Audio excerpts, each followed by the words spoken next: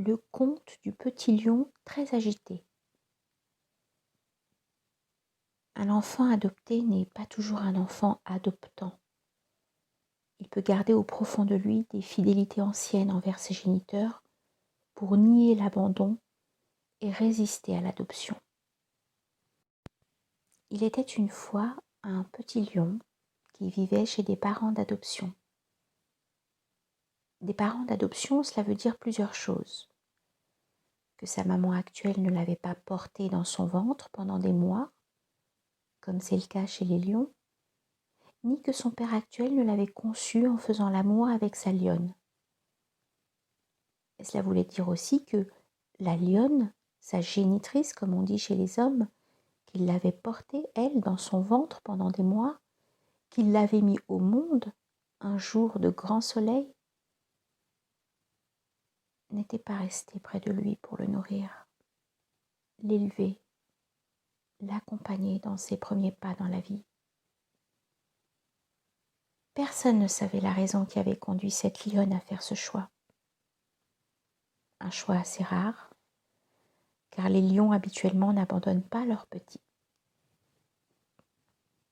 Mais il y a comme cela des mystères dans la vie des lions qui échappent à toute compréhension quand on ne connaît pas l'histoire profonde de chacun, quand on ne va pas au-delà des apparences. Vous voulez que je vous dise son nom à ce petit lionceau ? Il s'appelait Vinquet. C'était un jeune lionceau de 3 ans qui savait jouer, rire et même faire des câlins à ses parents d'adoption. Mais parfois il se mettait en colère, mordait, frappait avec ses pattes. Il cassait des jeunes arbres. Il lançait des cailloux, faisait rouler des rochers sur les autres animaux. Et surtout, écoutez bien cela, il se jetait sur sa mère, se mettait à grogner, à rugir. Il voulait même la mordre, la blesser,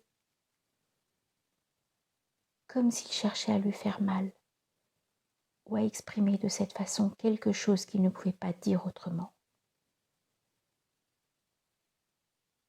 Car chez les lions, quand un enfant lion ne peut pas dire ce dont il souffre ou ce dont il a peur, il devient agressif, violent, il montre ses dents. On croirait même qu'il est méchant. Ce qui n'est pas le cas, vous le sentez bien. Je dois vous dire également, puisque j'ai décidé de ne rien vous cacher, que ce petit lion aimait les histoires. Il se couchait contre sa mère, le corps tout doux, le museau en l'air comme ça. Enfin, je ne peux pas vous le montrer, mais j'espère que vous voyez ce que je veux dire. Et là, tout calme, tout attentif, les 2 oreilles bien droites, les yeux grands ouverts, les babines pleines de salive, il écoutait sa maman lui raconter des histoires. Tout cela, c'était dans les moments calmes, car autrement, je vous l'ai déjà raconté, il devenait violent, insupportable. Puisque j'ai décidé de tout vous dire, de ne rien vous cacher, je dois vous confier qu'il faisait peur à sa maman, qui était très inquiète. Elle se demandait si elle avait bien fait d'adopter ce lionceau.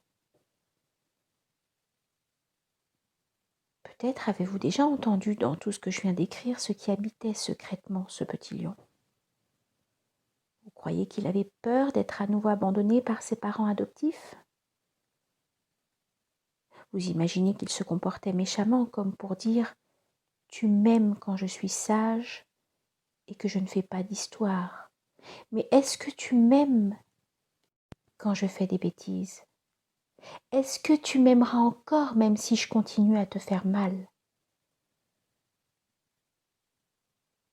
Les petits lionceaux qui ont été abandonnés une première fois redoutent par-dessus tout d'être à nouveau abandonnés. Alors parfois, ils font la guerre à leurs parents adoptifs, à leur mère surtout, pour vérifier la solidité du lien d'amour. Oui, c'est souvent comme ça chez les lionceaux adoptés. Je ne sais comment l'histoire va se terminer. Peut-être sa maman lui racontera-t-elle ce conte.